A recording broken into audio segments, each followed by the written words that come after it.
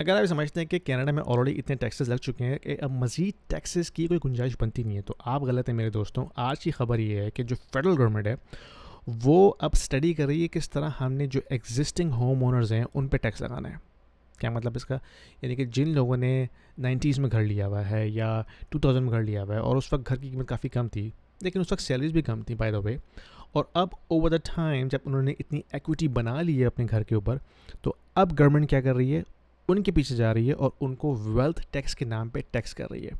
यानी कि अगर आपका घर $1 मिलियन से ऊपर का है तो आप पे 1 person per year wealth tax लग सकता है। अभी हुआ नहीं है, they are considering it. Okay, इसके अलावा वो ये भी सोच रहे हैं कि किस तरह जो प्रिंसिपल रेजिडेंस की टैक्स एग्जेंशन है कैपिटल गेंस के हवाले से, वो उसको भी टैक्स करने का सोच रहे हैं। यानी कि अभी अगर आपकी इन्वेस्टमेंट प्रॉपर्टी होती है तो आपको कैपिटल गेंस टैक्स पे करना पड़ता है उसके ऊपर, जो कि उन्होंने रिसेंटली बढ़ा दिया है। पहले जो इंक्लूजन रेट था 50% था, वो बढ़ा के अब 66% हो गया है। Now they are thinking how they can go after the principal residence tax exemption. ठीक है, तो ऑलरेडी हम यहाँ कितना टैक्स पे करते हैं? इनकम पे तकरीबन 40%। अगर आपकी इनकम थोड़ी ज़्यादा है तो आप 50-60% टैक्स भी देते हैं।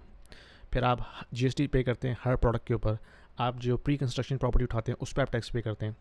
इसके अलावा कार्बन टैक्स कितने तरह के लग चुके हैं फ्यूल के ऊपर, घर की हीटिंग बिल के ऊपर, और प्रॉपर्टी टैक्स देते हैं आप। ठीक है, यानी कि ऑलरेडी इतना टैक्स है इस मुल्क के अंदर।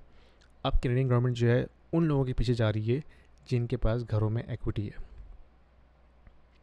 तो मेरे दोस्तों, अगर आप ये सोच रहे हैं कि टैक्सेस जो है मजीद नहीं लगेंगे, ये आपकी भूल है, क्योंकि कैनेडियन गवर्नमेंट जो है वो हंगरी है इस वक्त टैक्स के हवाले से, क्योंकि उनके पास रेवेन्यू नहीं है। उन्होंने इतनी स्पेंडिंग कर दी है, इतना पैसा उन्होंने बांट दिया है यूक्रेन में, इधर उधर फजूल के प्रोग्राम्स के अंदर।